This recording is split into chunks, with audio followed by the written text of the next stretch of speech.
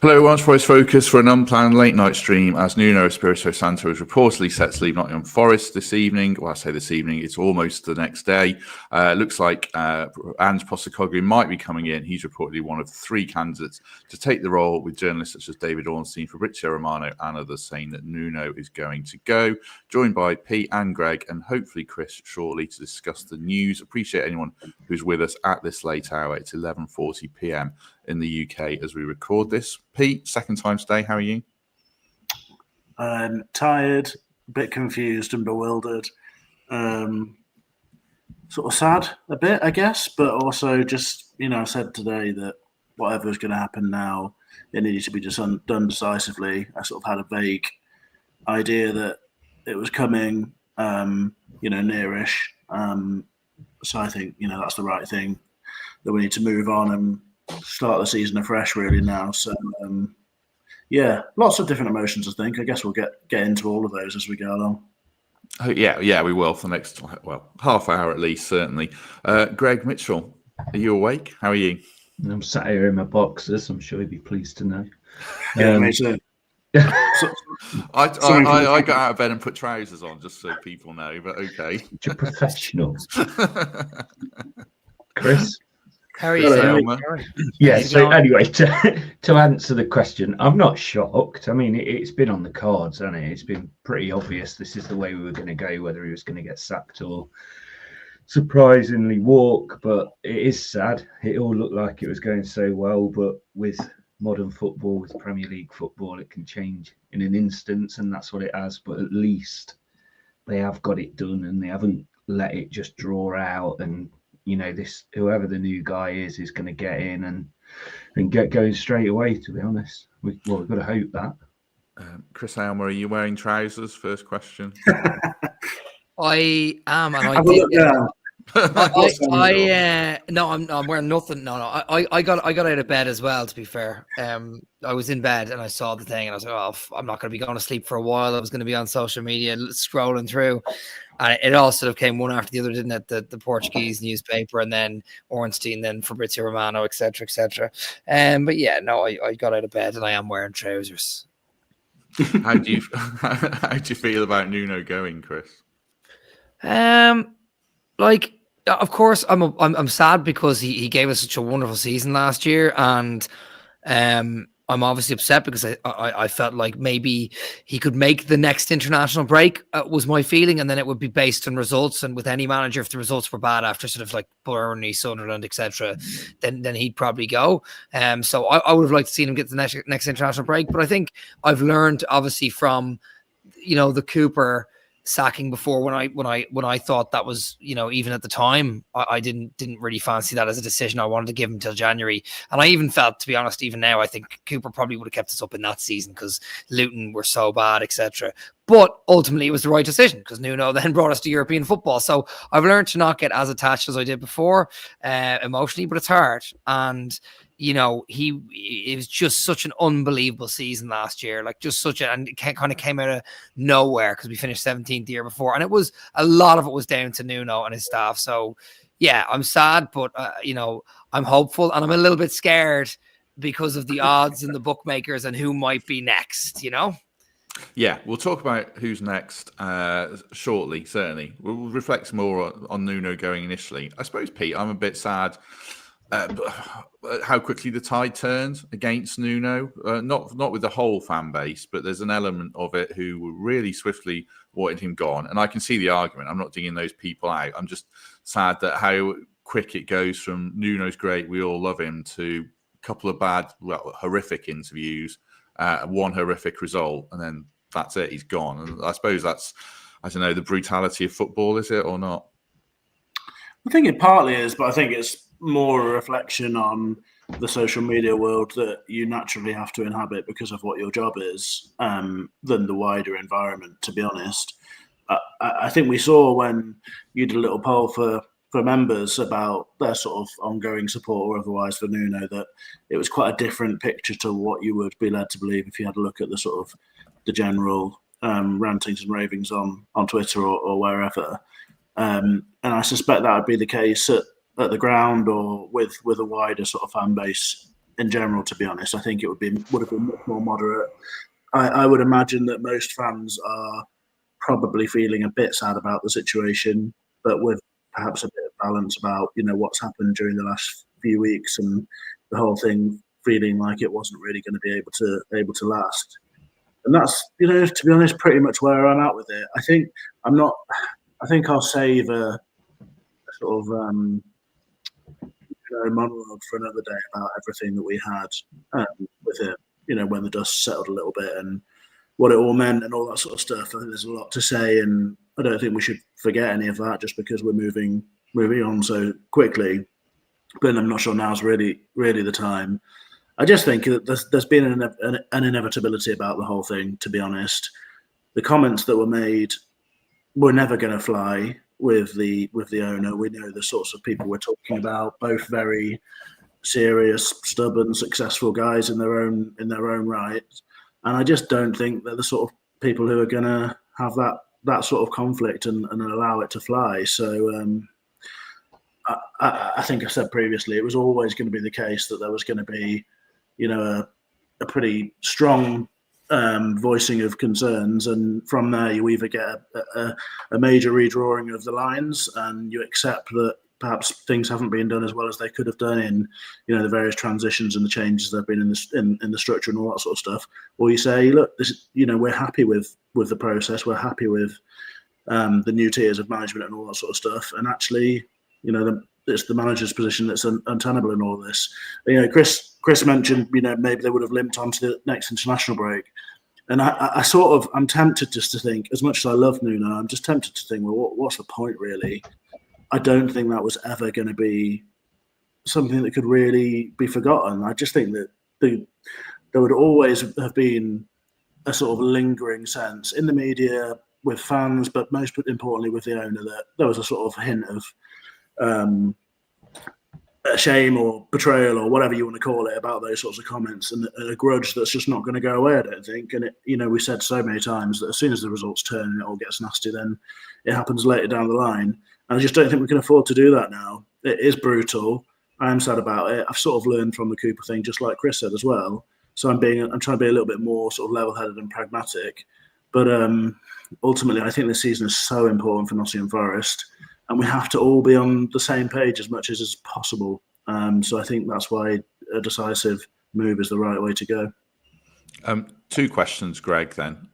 First question, do you think it's the right decision that he's gone? And second question, should we not have done this before the Europa League squad was announced, or last week or something, to give Postecoglu, whoever it is, a bit more time? I don't know. What do you think? Well, it's the right decision because, like Pete says, it was untenable, and we've certainly got trust in our recruitment team because look what we've delivered over this transfer window. So if Nuno wasn't happy with that, or for whatever reason, then it was never going to continue, was it? So I'm glad they have done it now rather than wait till a few more games, because that West Ham performance, I mean, they played like, I don't know, it kind of makes sense they played the way they did now. So I don't think he was necessarily fighting for his job with that, with the late substitutions, everything like that. So it is sad. I don't personally compare him to Cooper. I really do appreciate what he did, but I do think there's a difference there. And just like with the new guys, Ange, I could see everyone saying, God, no, this, that, the other. Remember what most of us said about Nuno when he came from, was it Saudi Arabia, kind of done and everything. So you give the new guy a chance. And the main thing is the new person knows what they're walking into, in the sense that you are the coach. You don't get a dome trial, right?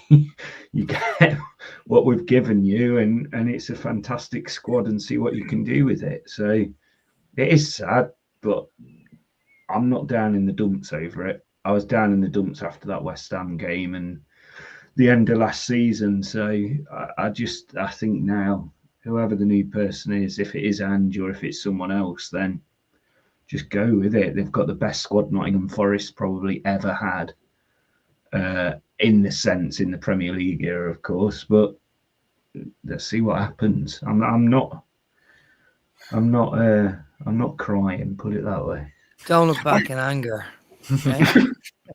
No, go on. Go on, Chris. Do you think it's the right decision?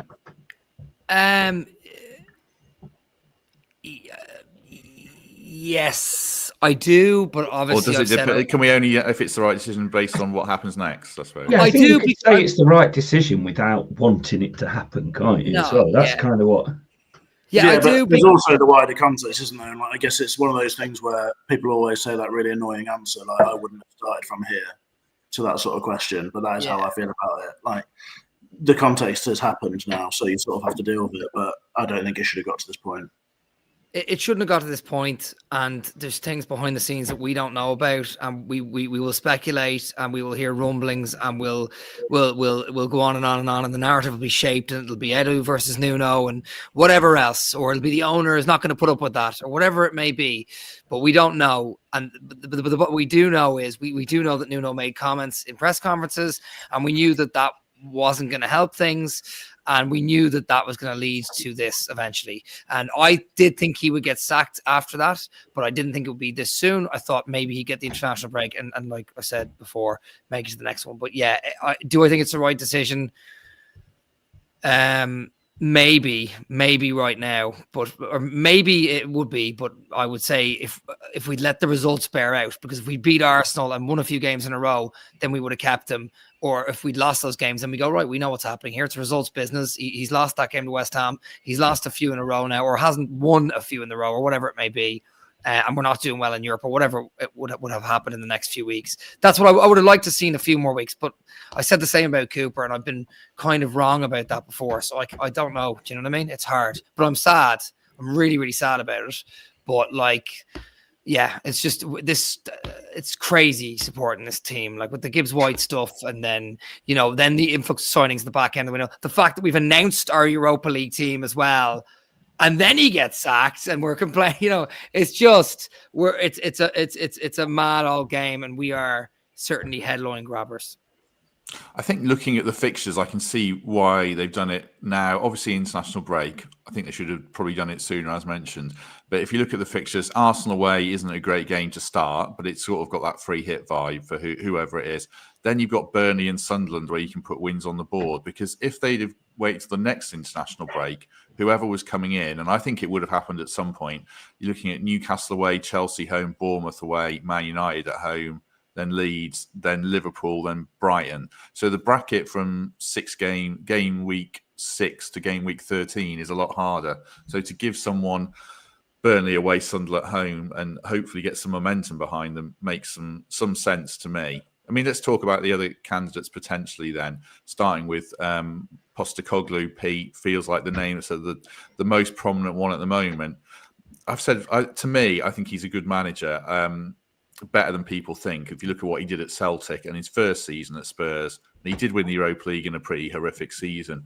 My wonder is he so much of a departure from Nuno that this season it could go wrong badly if he doesn't settle quickly and he hasn't learned any lessons from Spurs?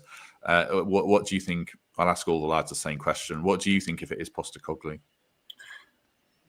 Just quickly on the timing thing, I think we had this debate on Friday during a member stream. I don't think it's anything to do with the fixtures. I think it's a simple case of getting a deal done with another manager, and I think that's how it's traditionally played out with this ownership and lots of other hierarchies at football clubs. I think they've just been waiting to get everything teed off, and now they have backroom staff in place and all that sort of stuff. And I think it's ready to go, and therefore that's why the plug has been pulled at this moment. On Ange, I think, the phrase, the word that comes to mind, I think, is gamble. It feels like a big gamble to me. It's an enormous departure in playing style. Culturally and all that sort of stuff, I'm not too sure. I don't have a great insight into what life, away from the pitch was like for Ange. Apart from that, I used to listen to a few of the Tottenham podcasts and such like, 'cause I found them quite an interesting football club, and it was notable how bad things got, there was always really strong briefing that the players really liked him and that there was like a sort of bond there and all that sort of You stuff. could see that when he left, to be fair. The outpouring of messages that you don't get from every player for every manager. I think that's pretty amazing, really, to be honest, given how badly things were going. And, you know, it was pretty catastrophic stuff in the league, wasn't it? And, you know, that even winning the trophy only sort of changed the narrative at the very, very last minute to, you know, a small degree. So, look, it feels like a gamble to me. And instinctively, I'm somebody who finds change difficult and stressful and sad and worrying and all that sort of stuff. So that's a basis for my general feelings about it. I also am probably a bit risk averse when it comes to football. And it always felt to me in the last few weeks that the decision I could have been most comfortable with probably was if they had to do this and decided that, you know, change was required, that finally Marinakis got his man in Marco Silva, and it felt like a really smooth transition to something, you know, not too dissimilar, you know, similar sort of structure in the playing, in the way he plays and the formations and all that sort of stuff, but, you know, maybe a hint more progression about it and whatever. The change to Ange just feels enormous, and I've banged on for so long about the thing that this football club needs being a real sort of sense of stability and, I guess, a sureness. And I think the biggest thing about that is the recruitment, partly for getting players in, but most importantly for when we sell players, because our only way of keeping up with all of these brilliant times that we're having now is that we can sell players at a peak and sell them for really good money so that we can do it all again and you know, keep upsetting the apple cart with everything stacked against you. And I just think, you know, you get a manager's decision wrong, you make a big change, it's not a lot that needs to go wrong or whatever, really, for that stuff to all start falling away. So it does feel like a big gamble to me. Having said all of that, I'm sorry I'm rabbiting on as normal. Having said all that, look, I really liked the bloke when he first came to England. It was really impressive what he did with Celtic. You always ask questions about, you know, what that means in the context of a different league, a more competitive across the board league, rather than one where you've got to do it all in style with a winning team and all that sort of stuff. So it's hard to translate, I guess.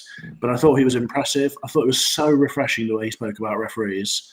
In the early days, he'd just say to media, you know, I'm just not interested in talking about it. Sometimes they get things wrong, and that's just the nature of the game.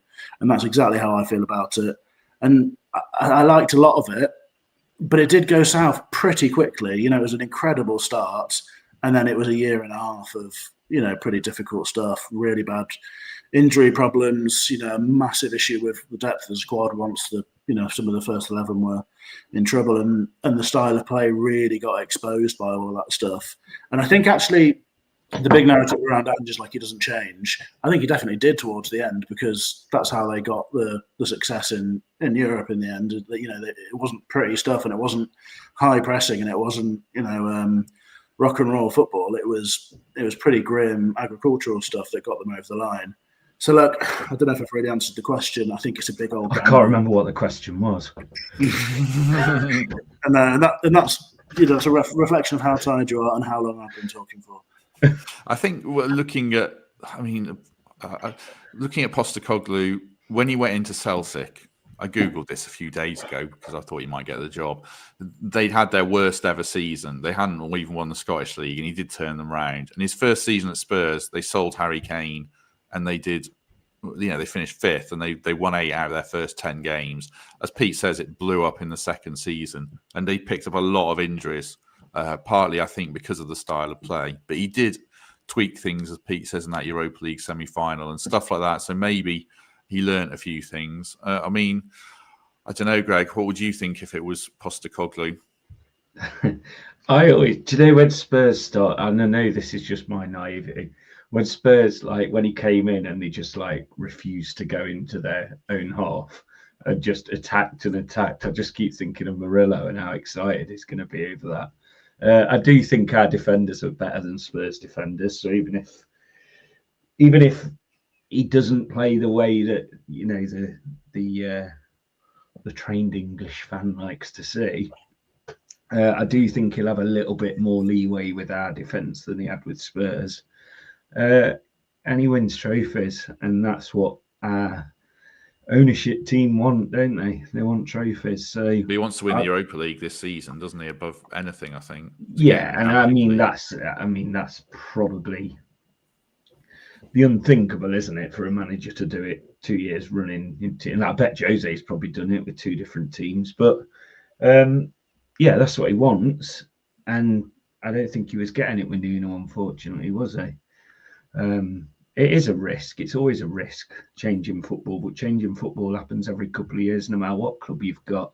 It's just ours always seems to be a little bit more exciting. So I don't know. It does have all the chat online saying Ange, and if it is him, then I'll support him till he lines up his Forest squad in a month or so. And we look back how his first few games have gone. None of us can really have too much of an opinion other than the trophies do come with it.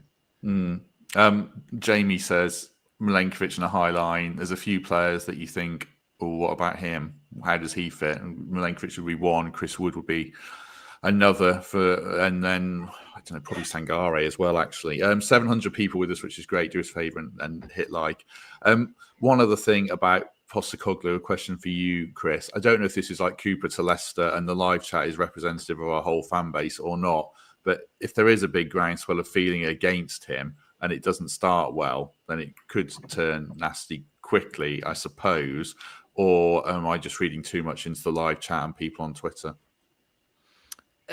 Irrespective of the manager, if it doesn't work quick, it'll turn nasty quick, because we've just had a manager who's got us to Europe last year. So Ange definitely won't. His personality and the way he is, and in interviews, and of course the fact that he finished 17th with Tottenham last season, that won't help, because everyone will say, "Oh, we shouldn't have done this."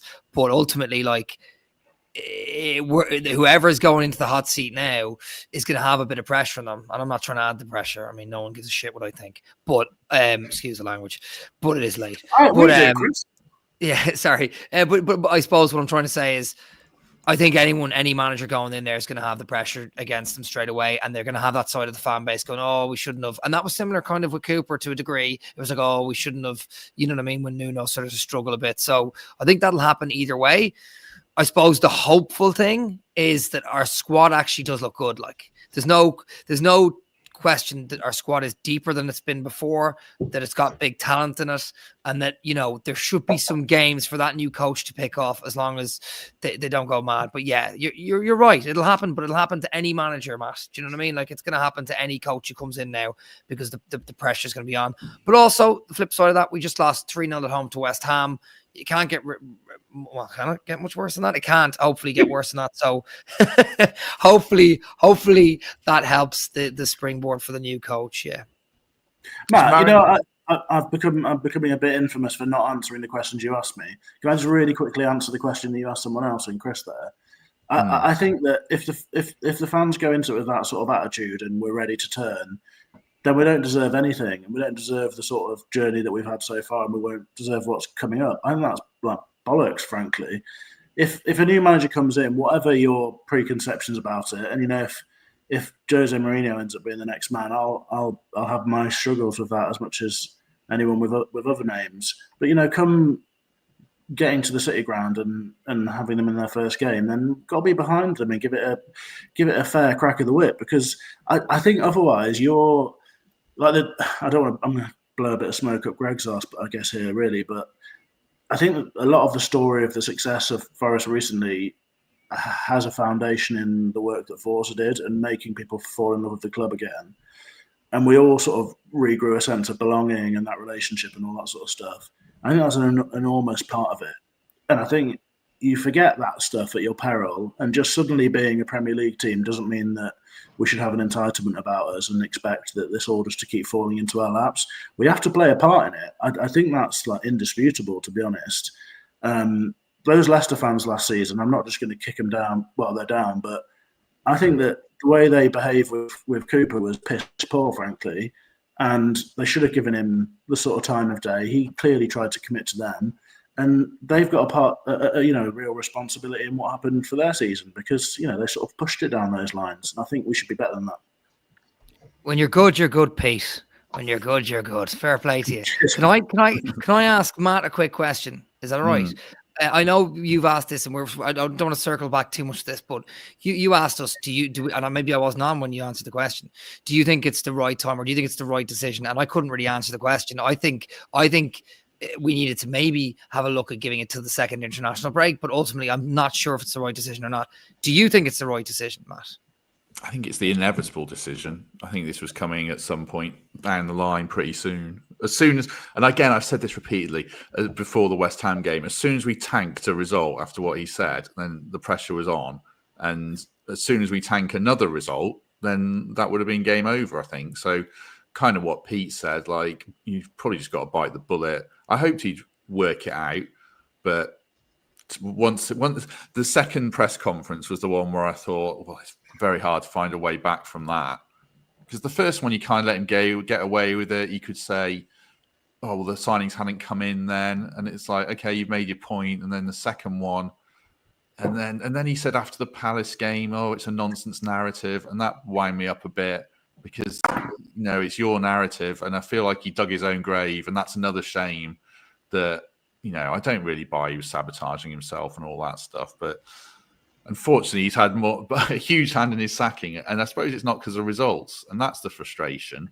Like, the results have been brilliant for really since he came in. When he was appointed. I don't know. Like, the drop off at the end of last season was. Yeah, but four wins in 20. Yeah, that's true. Yeah, I hear that. But when you're looking at the starting point was 17th. The end point was 7th. And I think if you look at it that way, there was a success. Someone put in a comment recently, oh, he's taking us backwards. And I replied, backwards from where? Because the starting point was 17th. Yeah. If he'd taken us back to that or into the bottom half, then yeah. And the other thing as well that I didn't agree with was people saying he can't manage a squad, he can't play good football. Well, he never really had the chance. And that's a shame. Like, if you look at his other jobs, at Wolves, he had a really good group, and then, probably did take that one as far as he can. But they sold poor old Jota from under him, and I think Traore went as well. At Spurs, he was like the 15th choice of the job, and he won his first 3 games, and he was still sacked after 10. Saudi Arabia, I don't know what happened. So this was the job where he got a fantastic squad, and people said, well, he can't use it. Well, we didn't know that, and he never got the chance. But I'm not digging the club out for saying that they sacked him at the wrong time. I do think it was probably the right time to sack him. But people saying, he's taken us as far as he can. I saw someone say, he knows he's taken us as far as he can. He's bottled it effectively in the comments. Premier League managers back themselves. Every manager backs themselves. So, no, I think all that stuff I don't buy into. It's just a shame he didn't get the opportunities to show whether he can do it or not. But like I say, he talked himself out of it. So we just move on, I guess. It's just a question of what happens next, really. That's the big one. So I guess we'll know, really. I mean, we're going to know tomorrow, aren't we, Greg? I think this is the Forest way. It'll be announced early tomorrow morning. I think Pete said earlier that they're going to have had someone lined up. Do you know, it would be hilarious if Glasner's name did start getting leaked out there just to boil some, What would you do, Greg? Would you just take a sort of dignified silence and enjoy everyone's sadness, or would you get stuck in? Oh no, they're an irrelevant club. He's just an excellent manager, isn't it? It'd be fantastic. But I think we're going to know probably by the time we wake up. Do you know what would scare? Go ahead, Greg. Go on. I feel like Forest won't say anything till 9 o'clock tomorrow morning, will they, or something like that? And then it'll be a couple of hours after police to announce. It won't be that long. It'll be 15 minutes after. I do feel like that's the right thing to do, though. I know it's not nice, but being a football coach isn't a nice environment, is it? It's a very well-paid job, but it's brutal. And the higher you go, the quicker things end for you, don't they? And you're victims of your success, just like Cooper was, and just like Nuno has been because of last season. And that's just the way football management is this year. You've got to get your money, get to the next club, and Nuno's stock has absolutely improved since he's become Forest coach.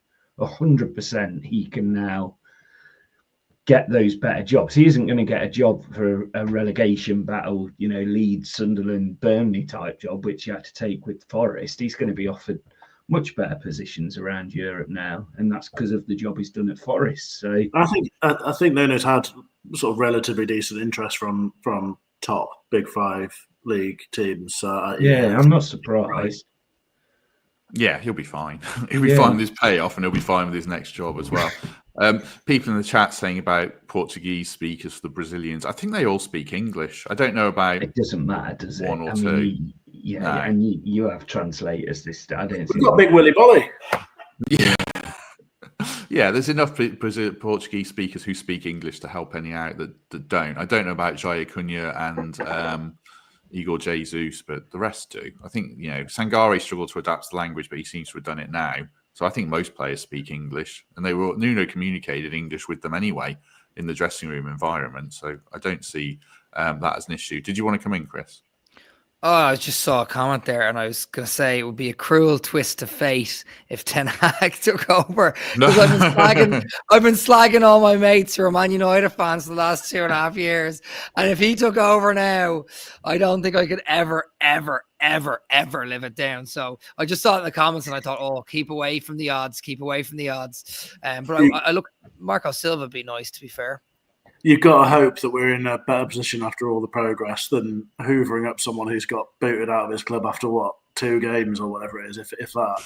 Oh, someone just said I'm a Ten Hag lookalike there in the comments as well. That doesn't help either. Much higher class. Thank you. Yeah. I'll ask you who you would like it to be in 1 second.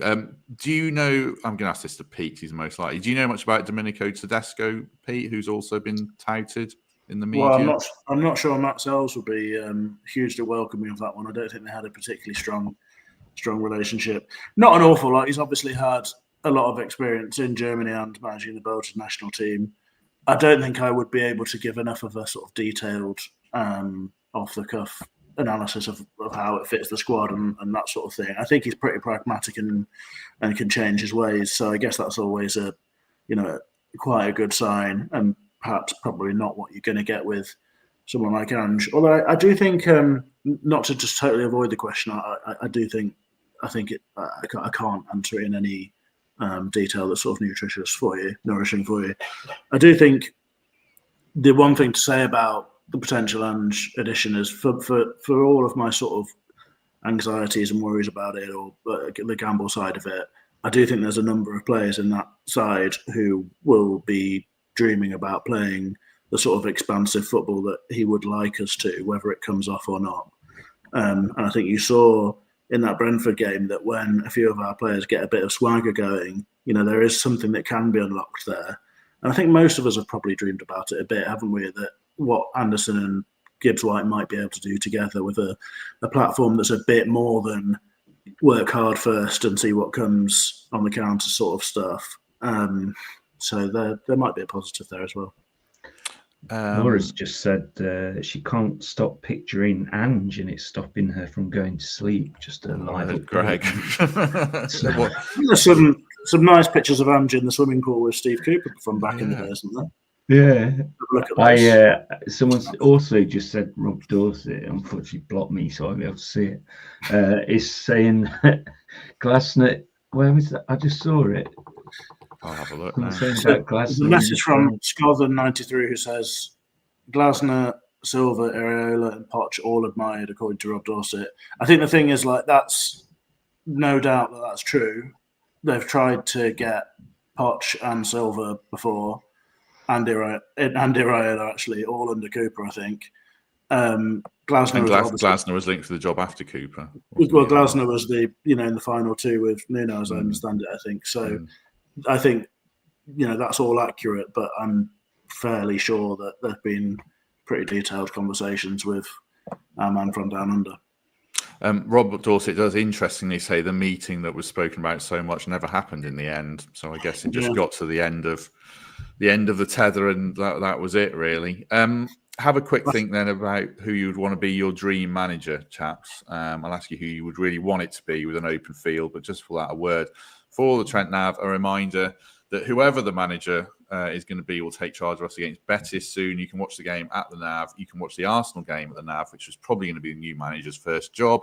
So do head down to that if you're in the Nottingham area and not lucky enough to have a ticket and you want to watch it on the big screen, outdoors or indoors. If you can get in, you don't need to book. Just head down on the day. Right, Chris, open field. It can be one of those 4 names mentioned or someone else. Who would you want to be manager? Roy Keane. No, I'm only messing. I think Silva's always been on my mind. He coached Olympiacos. He knows the owner. He knows the mission. He brought Fulham up, so he's got that humility as well. He's a good coach. He's done really well with Fulham. Limited squad at times as well. Does play some exciting football, but can also do really well defensively as well. Brings in the right players. I just think. Marco Silva was always the one for me where I looked at him and thought he fit us really well. So, Marco Silva, 100% for me. Greg, probably a pointless question because we don't have any say, but if you could. I'm going to wimp out and say I just can't see it being a manager already in a position. I just can't. A Premier League manager, no matter how much they might get extra money or what have you, that the Glasner's on a great job at Palace. He's absolutely loved there, isn't he? Even though, their owner kind of, well, God knows what happened, went to the gym on the end of transfer deadline day. Silva, I'd love. For me, Greg, I'll cut in there. Sorry. Forest have announced that confirming following recent circumstances, Nuno has today been relieved, that's Tuesday morning, of his duties as head coach. The club thanks Nuno for his contribution during a very successful era at the City Ground, particularly his role in 2024-25, which will be remembered fondly in the history of the club. As someone who played a pivotal role in our success last season, he will always hold a special place in our journey. That's a pretty decent statement, isn't it? That's a lovely statement. Yeah, I gotta say that's surprisingly generous. I know that it's very high up the following recent circumstances. But yeah, that is a surprisingly generous quote. It's good. Very, very good. It is nice, yeah. Yeah.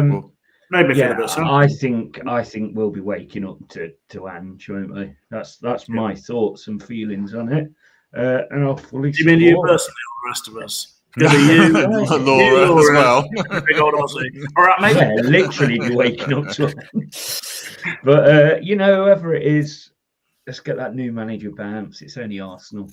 Then we have a nice little trip to Swansea, don't we, in the European adventure.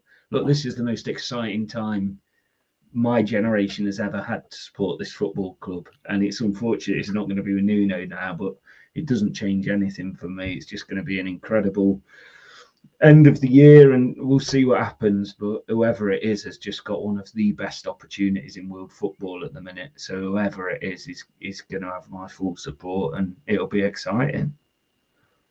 I'm just texting Temps, who's just realised he's gone because he's been off his phone for ages. Do you want me to answer the question while you do that? Yeah, go on. Please do. I think dream ticket for me, without any doubt whatsoever, would be Andoni Iraola. I think it's vanishingly unlikely and won't happen, particularly given I think we've probably already appointed the new manager. I think he'll be on to enormous things in the next couple of years, possibly next Man City manager, something along those lines. And I think he's the only one that would make me immediately just giddy with excitement and not feeling anything else. But what he can get out of footballers in bringing absolute joyful chaos to a football pitch is awesome. So he'd be the dream for me. I think I agree with Chris that if I was doing the job that Edu or whoever is involved is doing right now, I think I'd have been reaching out to Marco Silva and seeing if he can get it done, because I just think it's the safe, sensible choice at the moment.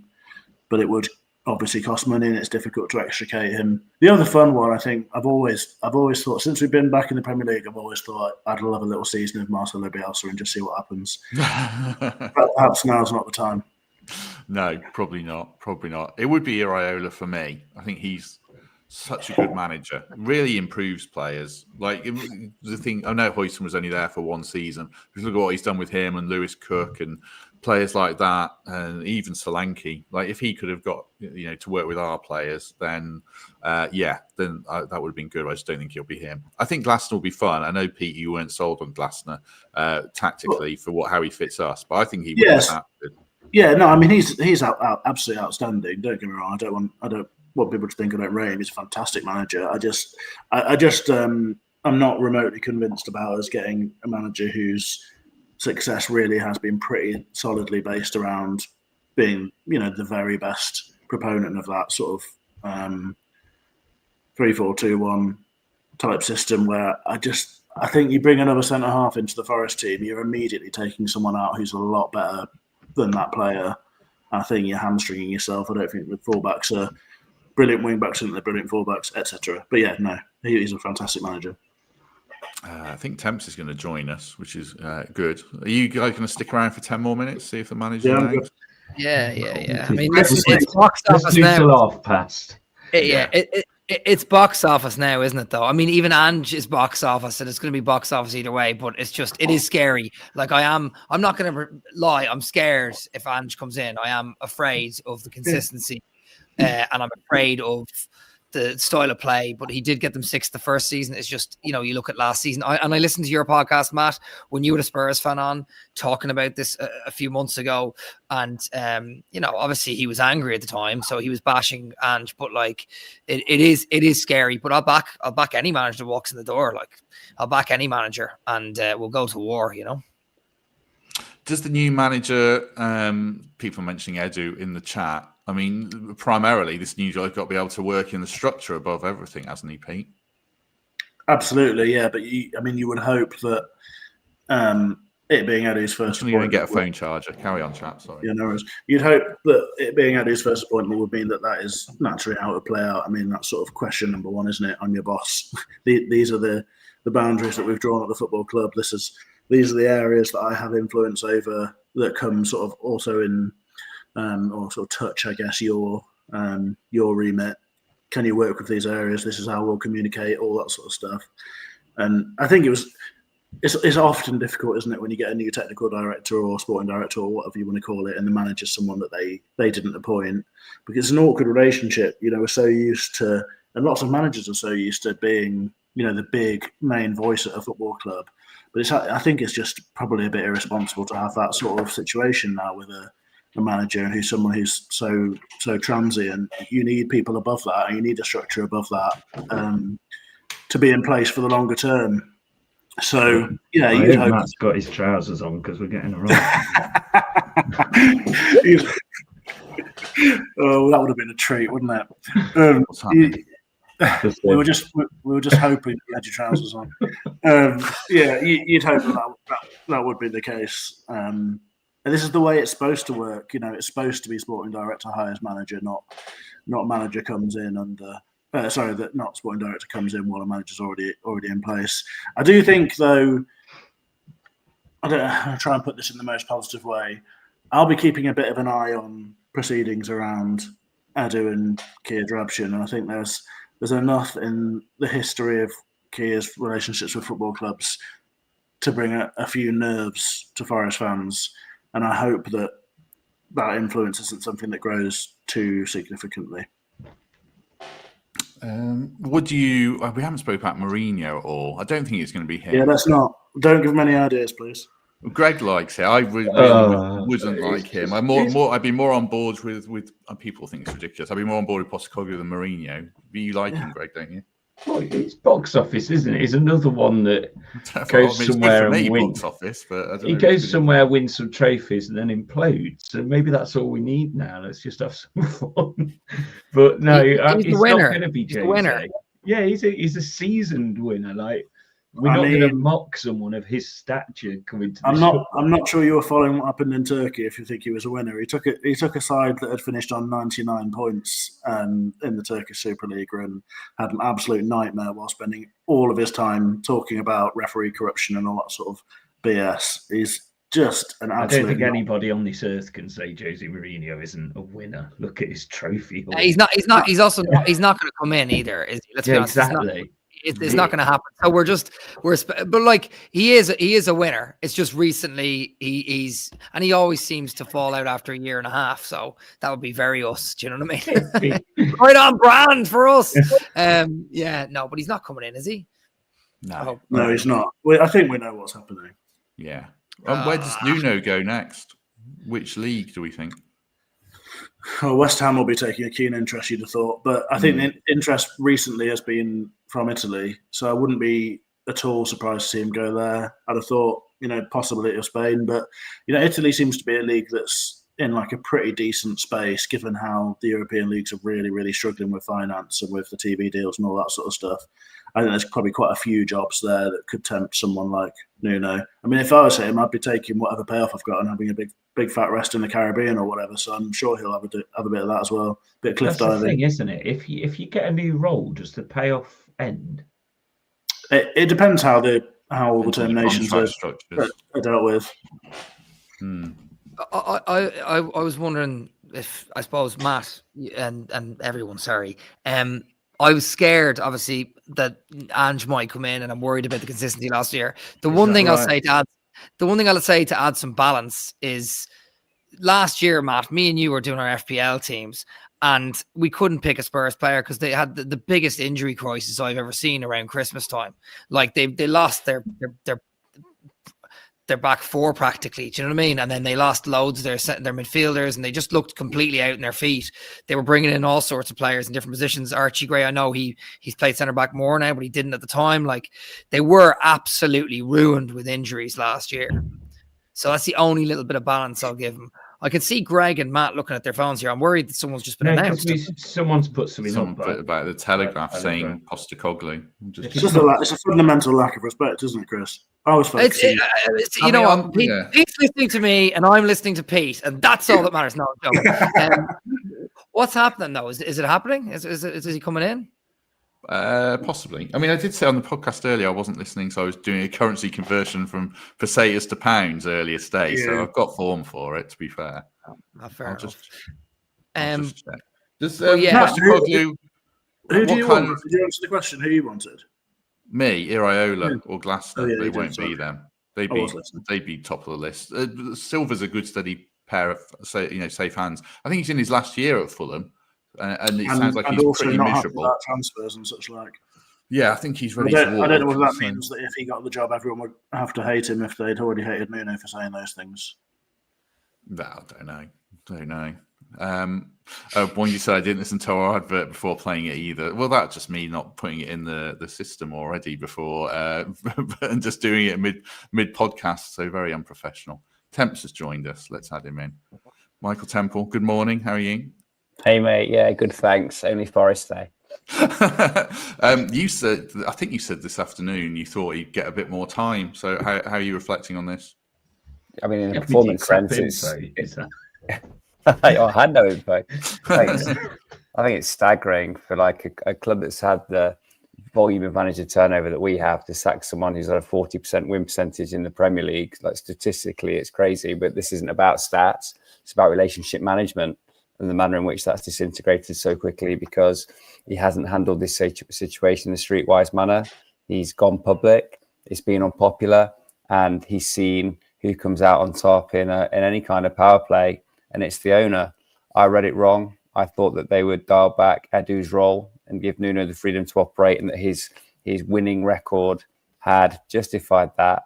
But clearly divisions run deep. There was a lack of willingness to compromise on whatever conversation's gone off for the past 24 hours.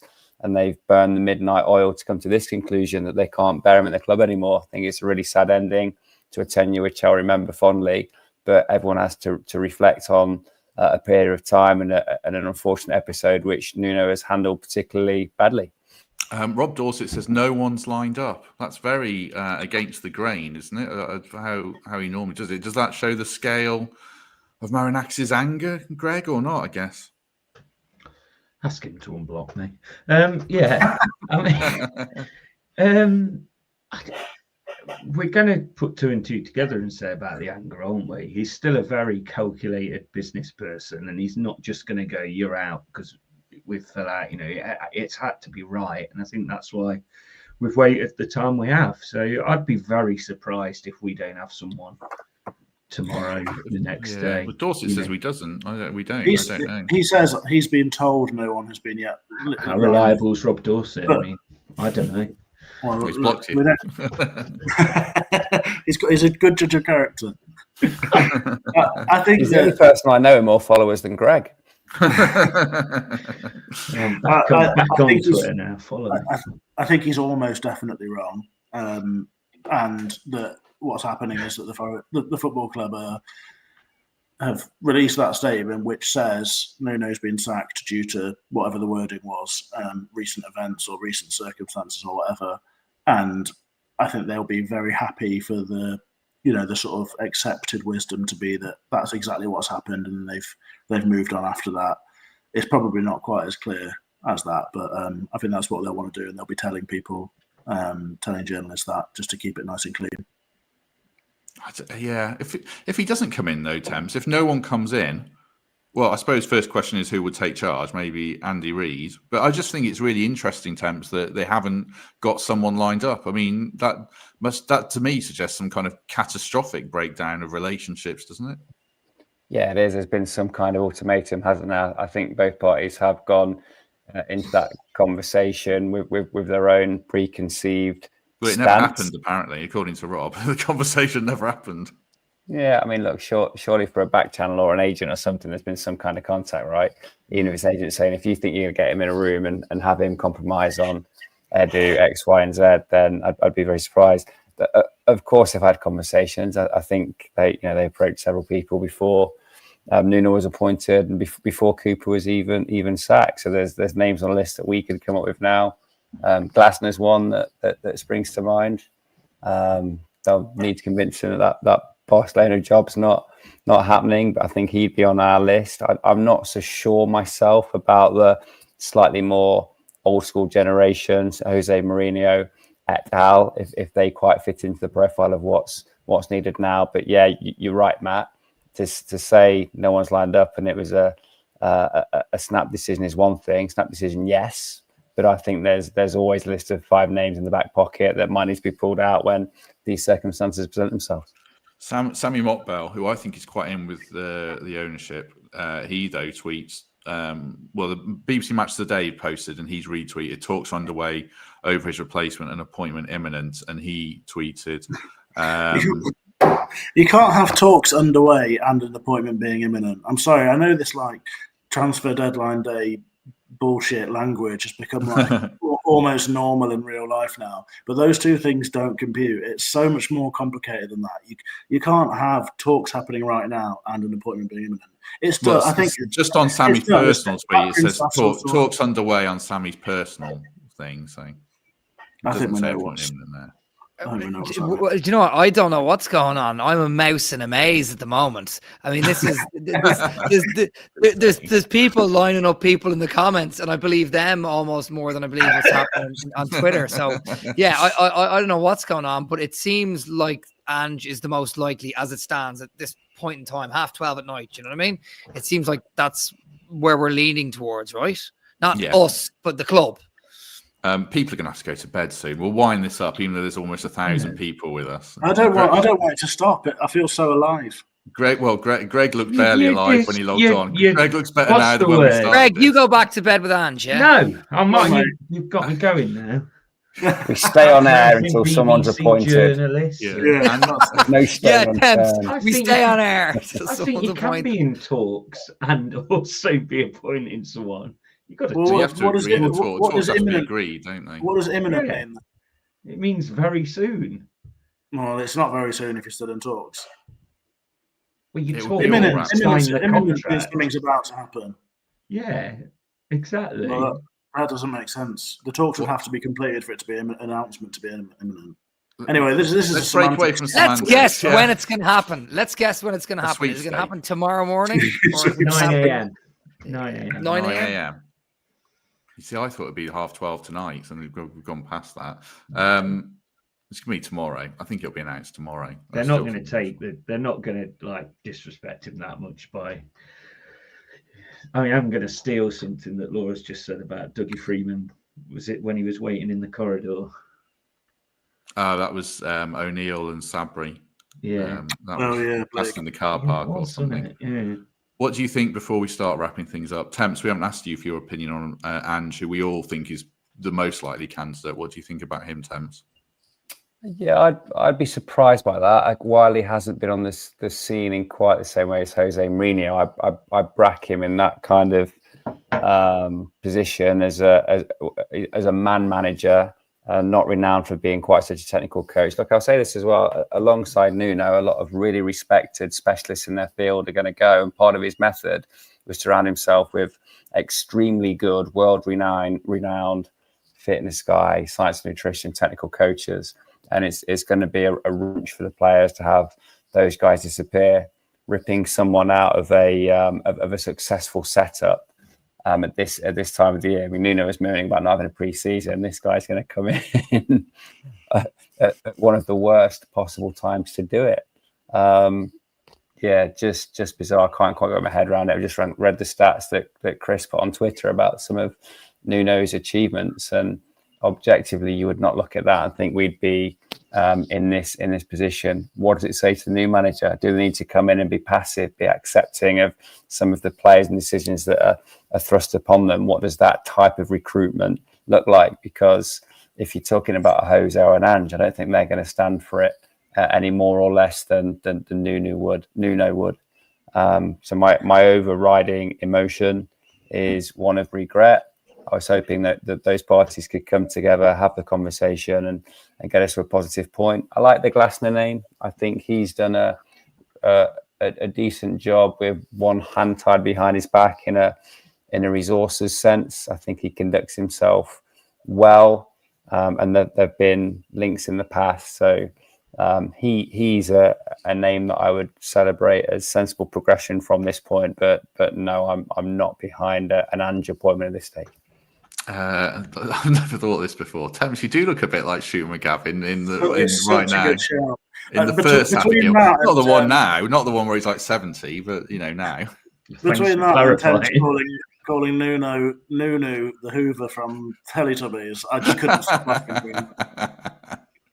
Oh dear. Well, we shall start to wrap things up. Just one more question that's sprung to mind, because it's getting pretty late now. Is this the shelf life of a Forest manager? I'll ask Temps because he hasn't had a chance to contribute too much. Is this just what we're going to be used to? A year, 18 months, and then either the owner's so demanding that you just find that next perceived upgrade, or can a manager stick at Forest for 3, 4, 5 years? It's a fickle business and you're soon forgotten. But I'd like to think if you're not outbound to go to a job that shows progression, you would be able to stay at any football club to which you deliver results. Billy Davies nearly burned the place down, but he had a winning record and was invited back, not ever so far out from having disappeared. David Moyes swallowed his pride and went back to West Ham. So these things happen in football, but I hope not. We were celebrating the fact, weren't we, that our two most recent managers have started and finished a season. And during that season, they did really special things. And if you're a betting man now, is this manager that we're about to appoint 3 games into a Premier League season going to be here at the end of next season and follow that pattern of having started and finished a full cycle in football? If you're a betting man, you would say probably not. I think a symptom of a stable football club is faith in the system and the manager from top to bottom. And for me, I'll say this, I think the manager needs to have a little bit more power than Nuno's had. If he's felt that after that job he's done, he's been undermined and had a player thrust upon him that he didn't want, that's not as healthy as I would like. And I would prefer our managers to be backed. We're speculating because we don't know how reasonable or unreasonable Nuno's behaviour and conduct has been in these situations. We've said it's out of character.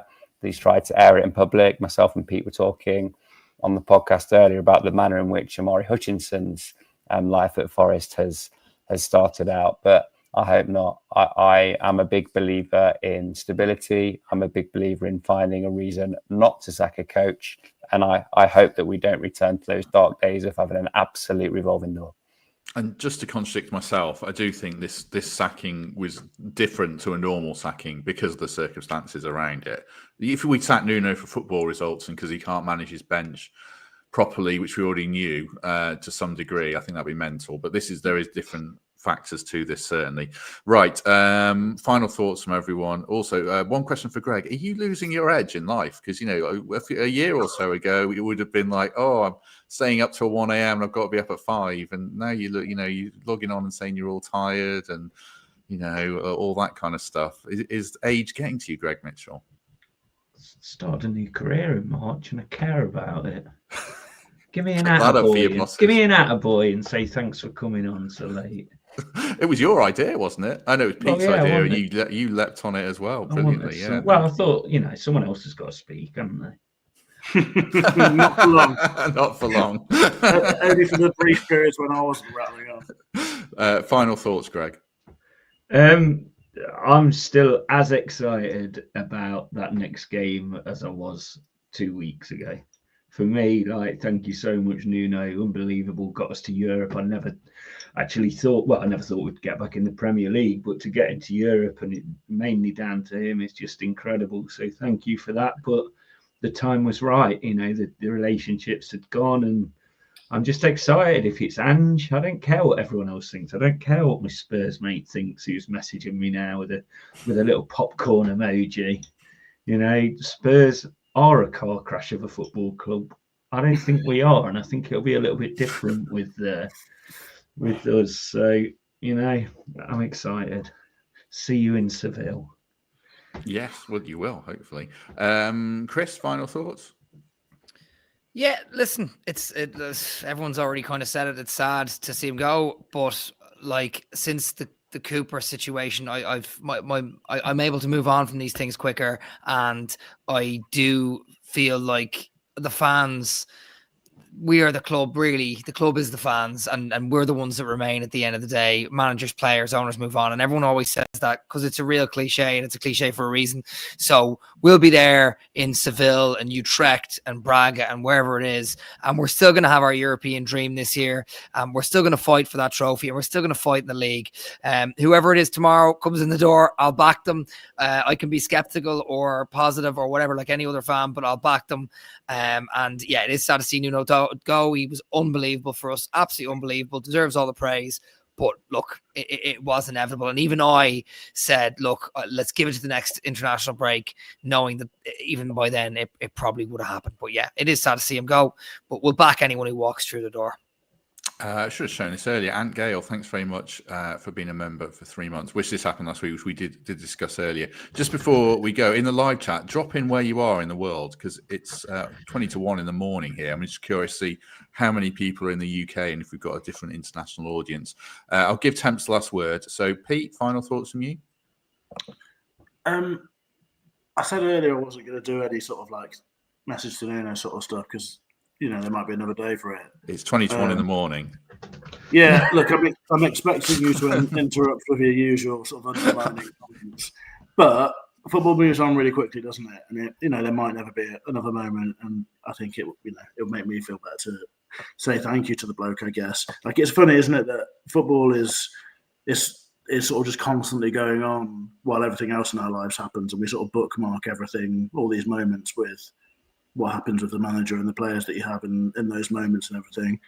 And I wrote a piece for the Observer when we went to the semi-final with that Nuno team, and I guess a lot of stuff happened after that where the wheels fell off a little bit, and it was all a little bit less joyous and whatever, as we sort of had our hopes really high and things just didn't quite end as we wanted through that season. And clearly it's all gone to a bit of a mess now. But I think it's worth just transporting yourself back to that moment, and certainly it's worth transporting myself back to that moment and just remembering what Nuno and the team gave us. I think it was a proper journey. I think we were lucky to have an amazing journey with Steve Cooper at the helm, and I think we were fundamentally even more lucky to have had another one after that. That's something that doesn't happen very often in football. You get a managerial change, and you don't tend to just have a smooth progression and building on what you've already done in a sort of remarkable story.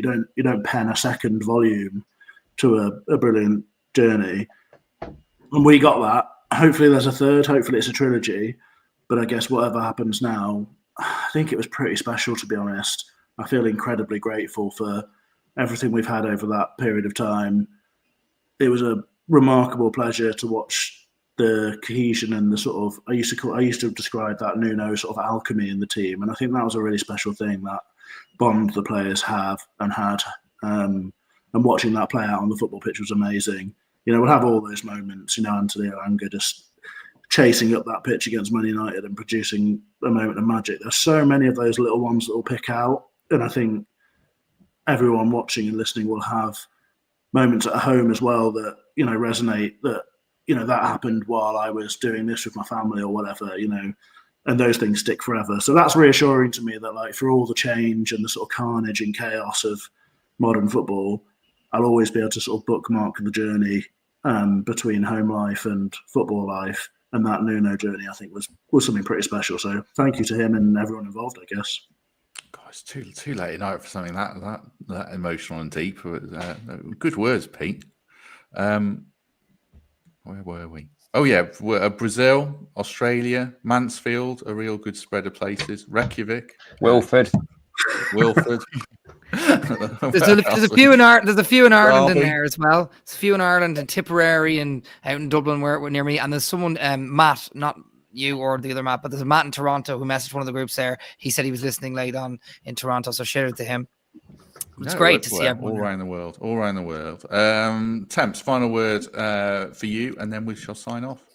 Yeah, hard to follow what Pete said. I think I was beautifully articulated, so I'll keep it brief. First of all, Shooter McGavin, I think I'm generally happy with that, although I do look more like him. I have more Gilmore 2 than the first one. Thanks to the memories. Like, where do we start? Which game do we pick? Yeah, look, the Man City, Liverpool away, Man U.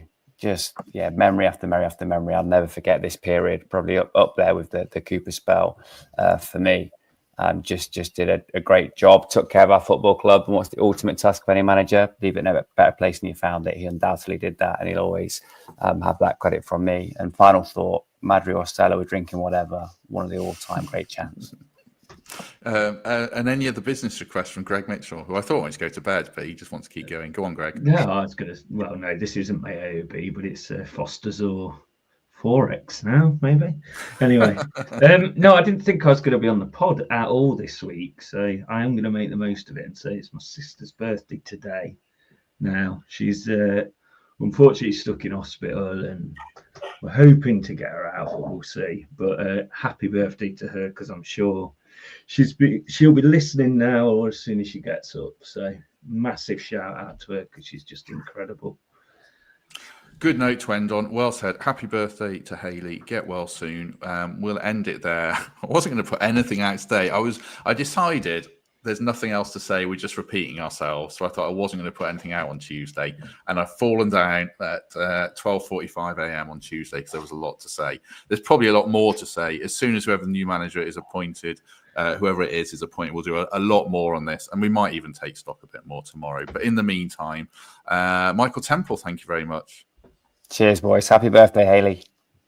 Greg Mitchell, did you want to say something else? Yeah, can you guarantee that if it's announced at 3 a.m. to the people, you're going to get straight back on? Because that's what they're going to need and want. I'm putting my phone on mute.